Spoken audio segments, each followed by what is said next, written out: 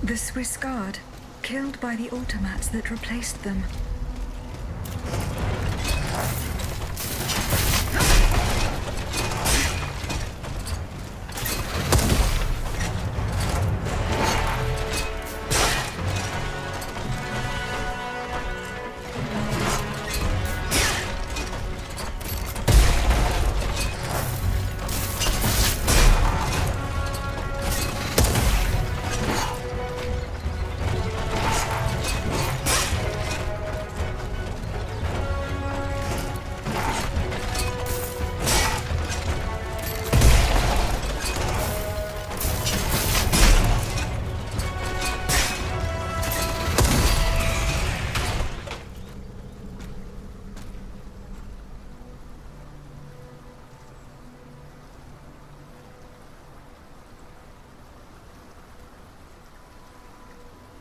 This boat will take me to Paris.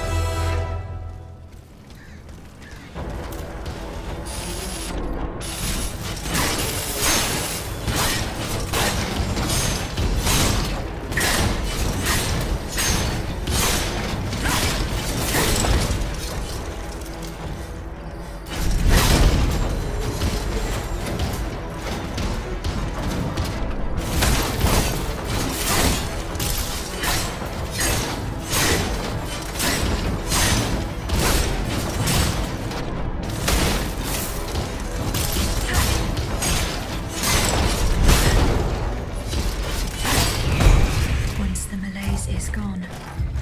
All that remains is the massacre.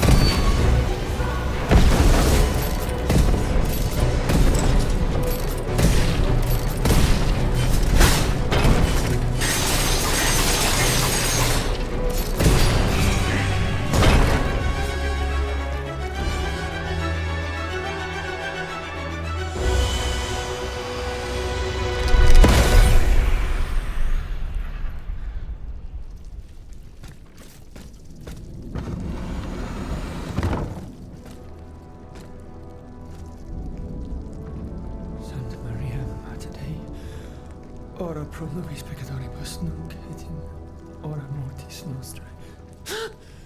Stay back! Remain calm, Monseigneur. You are safe now. What did they do to me? This dream. This nightmare.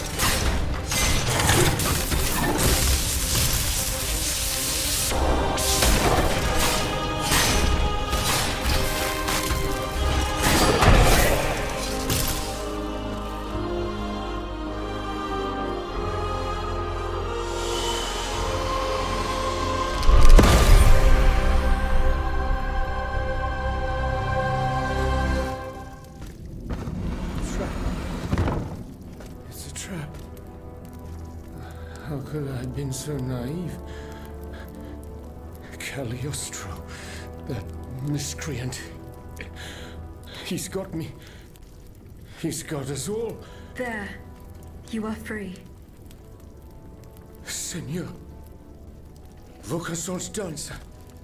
You're conscious too. And yet, you're not one of the Count's creatures, n'est-ce pas? I do not know, monsieur. But how? Make haste. You must not linger here. I shall seek refuge at the Cordelia convent, just a stone's throw away from here. Its walls are said to be impenetrable. That's where the members of the Third Estate promised to meet if an abomination such as this were to occur. A refuge for patriots. Would you be so kind as to clear the way, madame? En effet. That would be most prudent.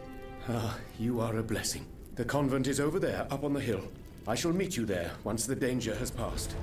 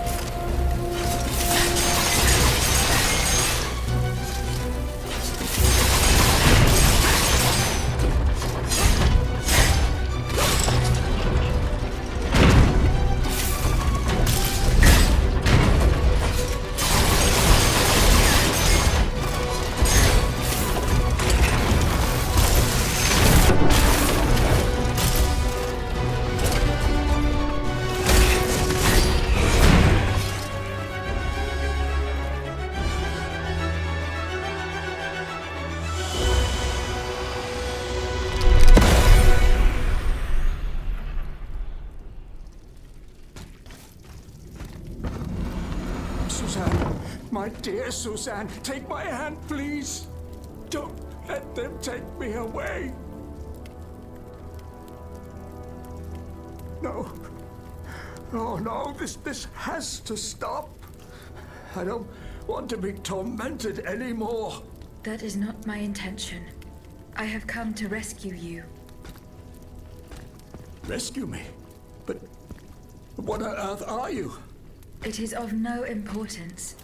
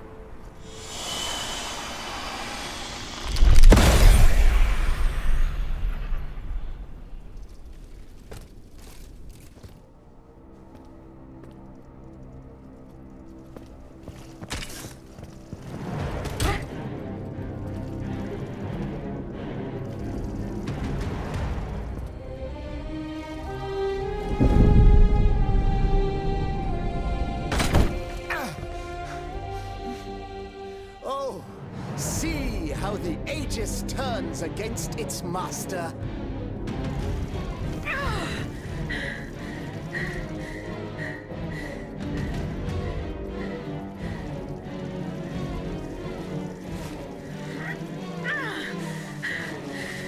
You are not my master, tyrant! You never were! I am quite happy to concede this point, but what about the Count? Have you forgotten that he gave you life and whispered the order that animates you? Look how he runs, the coward! Do you understand what he has in mind? La pauvre enfant, sleeping so sweetly, she won't be dreaming for long now! Passons! Athenais!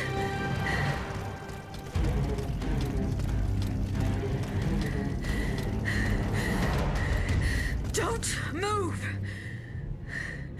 The time has come to set you free, Aegis. This whore's soul has poisoned your cogs for too long.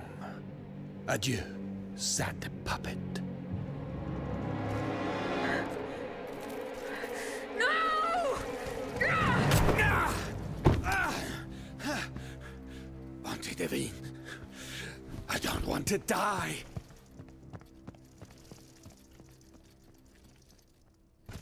Athenais. The sun is rising, and you have slept for far too long. The beauty of this world longs for you, just as you long for its light, for you are like the flowers that open in the morning. I know you, mon ami. We loved each other. Vous en souvient-il? You gave me your heart. So please, let me give you mine today. Vivez heureuse, Athenais. For it is happily that I leave this world.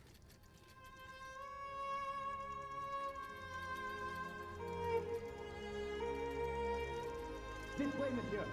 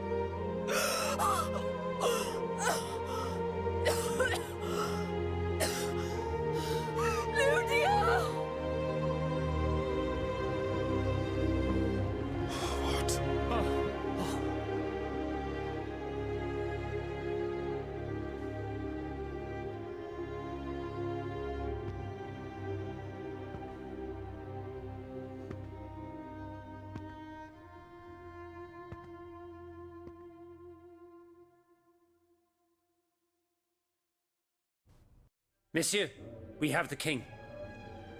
It is now up to us to wield his scepter. In this trying time, crucial decisions must be made without delay. First and foremost, we must take back Paris. And how do we do that, mon Dieu? There are automats everywhere, and they are constantly regenerated by their crimes. We have the king. Cagliostro has fled, but he is leaving a trail of blood. I doubt he will survive his injuries. As a result, the automats are left to their own devices, with no one to give them orders and no reinforcements. And since I'm sure that Parisians will no longer venture out into the streets, the machines will soon have no more souls to harvest. Sooner or later they will no longer be able to move and, par la grâce de Dieu, will become inanimate objects again. It's a matter of days, weeks at most. Mais ensuite, once peace has been restored, what of the kingdom? This is indeed a crucial issue. Leaving the nation without a government would expose it to the greatest danger. Worse, it would condemn it to civil war. Eh bien quoi, monsieur? Can you not govern together? Unfortunately, the disagreements that divide our assembly run far too deep. That which we can agree is that we have been given a chance to choose the person who shall succeed the tyrant. I believe I am the person who is best suited to exercise power. Of course, I will only hold office for as long as it takes to set up a new assembly and a government of the people. For the French will no longer tolerate a king. We can be sure of that. Are you joking? What have you done that would convince us to let you take down the monarchy? Answer, Monsieur de Robespierre. You have our full attention. Everyone here knows that I have the fortune that Monsieur Necker was kind enough to leave us. My conduct convinced Aegis to entrust it to me. Do you think we are prepared to let a simple representative from Artois squander this treasure as he pleases? I promise to use every cent of it to help the nation recover. Do you doubt my word? No, I wouldn't dare. Oh, Maximilien I, man of great virtue. Go on, Monsieur de Robespierre. I flatter myself that while I have no personal fortune, I possess the greatest treasure of all, the support of the people, and the ability to convince those who are in error. Yes, I can attest to that. Maximilian is a just and virtuous man if ever there was one. Though I have always sought moderation and pragmatism, I now agree with him that in the case of abolition, principle must come first. You know that I share your views on emancipation. It is astonishing that I am never given credit. Monsieur, I rest my case. Very well. We must now make our decision. I pray that each of us shall respect this decision, and set aside our personal interests for the sake of peace and the common good. Who among you approves the appointment of Monsieur Maximilien de Robespierre?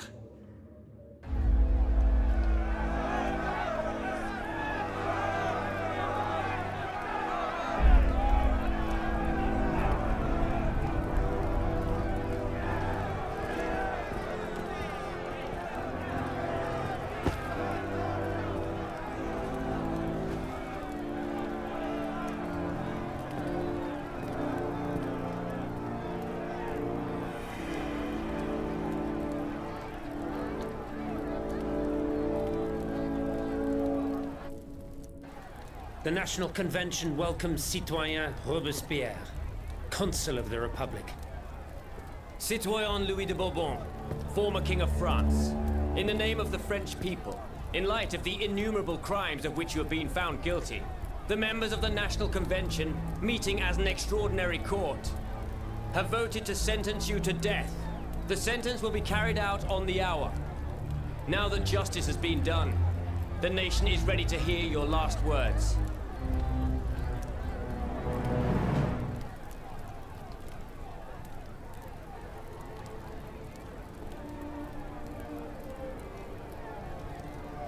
My loyal subjects, since you must lead a lamb to the altar, since you must offer a sacrifice to this new France that you intend to found, I will be that sacrifice.